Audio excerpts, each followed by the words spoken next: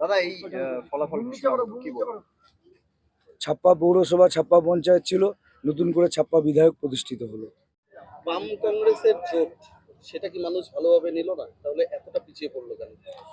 বিষয়টা এই উপনির্বাচনটার নামে তো একটা প্রহসন হয়েছে।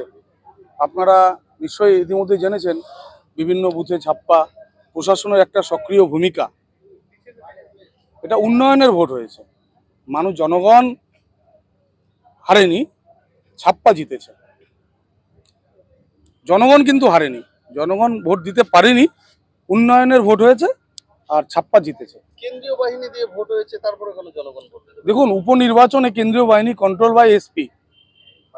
আমরা কিউআরটি টিমকে বারে বারে ফোন করেছি। বিভিন্ন জায়গায় যখন বুথ জ্যাম করে ছাপ্পা চলছিল, কিউআরটি টিমকে দেখা গেছে গাছের তলায় 3-4টা গাড়ি নিয়ে দাঁড়িয়ে আছে কমলাবাড়ি অঞ্চলে, বিভিন্ন জায়গায়। সেটা আমি নিজে চোখে দেখেছি। আমি ইলেকশন এজেন্ট হিসাবে যখন বিভিন্ন বুথে যাচ্ছিলাম, আমি নিজে দেখেছি। তো রায়গঞ্জের গণতান্ত্রিক সচেতন মানুষ তো ভোট দিতে পারেনি। 17 সালের পুনরাবৃত্তি হলো, আর কিছুই নয়। 26 সাল আসা বাকি আছে। 15 মাস পরে আবার বিধানসভা নির্বাচন হবে। রায়গঞ্জের গণতান্ত্রিক সচেতন মানুষকে আমরা বাম কংগ্রেসের পক্ষ থেকে ধন্যবাদ জানাই। তারা সকাল 11টা অবধি যতটুকু ভোট দিতে পেরেছে ততটুকুই ভোট হয়েছে, তারপরে আর ভোট হয়। তৃণমূল কংগ্রেস কোনোদিনও রায়গঞ্জে জেতেনি, এবারে জিতবে। এবারও জিতেনি।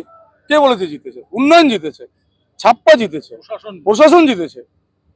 তৃণমূল প্রার্থী তো জিতে নেই, জিতেছে তো প্রশাসন। আমাদের মোকাবেলা তো প্রশাসনকে নয়, আমাদের মোকাবেলা মানুষকে নিয়ে। তাই আমরা মানুষের জন্য হয়তো আরো বেশি কাজ করতে হবে, মানুষকে আরো বেশি করে সচেতন করতে হবে, এবং আগামী দিনে যারা নির্বাচন কমিশনের দায়িত্ব থাকবে, নির্বাচনের দায়িত্ব থাকবে, তাদের দায়িত্বটা অনেক বেড়ে গেল, যেন মানুষ বুথ অব্দি গিয়ে ভোটটা দিতে পারে। আপনাদের তরফ থেকে প্রতিবাদ দেখা গেছে, কিন্তু বিজেপির তরফ থেকে এখনো কোনো প্রতিবাদ দেখা গেল না। আমরা তো আগেও বলেছি, এখনো বলছি, বিজেপি আর তৃণমূল একটাই দল। মানস ঘোষ যে বিজেপির ক্যান্ডিডেট, সে তো তৃণমূল দলেরই লোক। আর কৃষ্ণ কল্যাণী যে তৃণমূলের ক্যান্ডিডেট, সে তো বিজেপি দলেরই লোক। তো বিজেমূল, তারা কে একে অপরের বিরুদ্ধে প্রতিবাদ কেন করবে? তারা যেই জিতুক, একটা দলেরই তো হলো।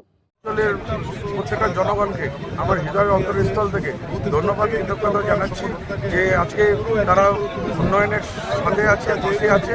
হ্যাঁ, এবার ভোটে কোনো ধর্মের বেরোপড়া হয়নি, উন্নয়নের জন্য ভোট হয়েছে, তার জন্য আমি অশেষ ধন্যবাদ জানাই।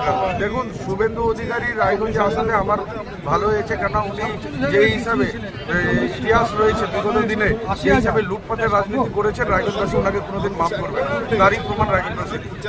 আপনার জেতার পরে প্রথম ইস্যু কি হবে? আমাদের প্রথম ইস্যু, আমি আমাদের board of administrator chairperson Sandip Biswas মহাশয়ের সাথে বসবো।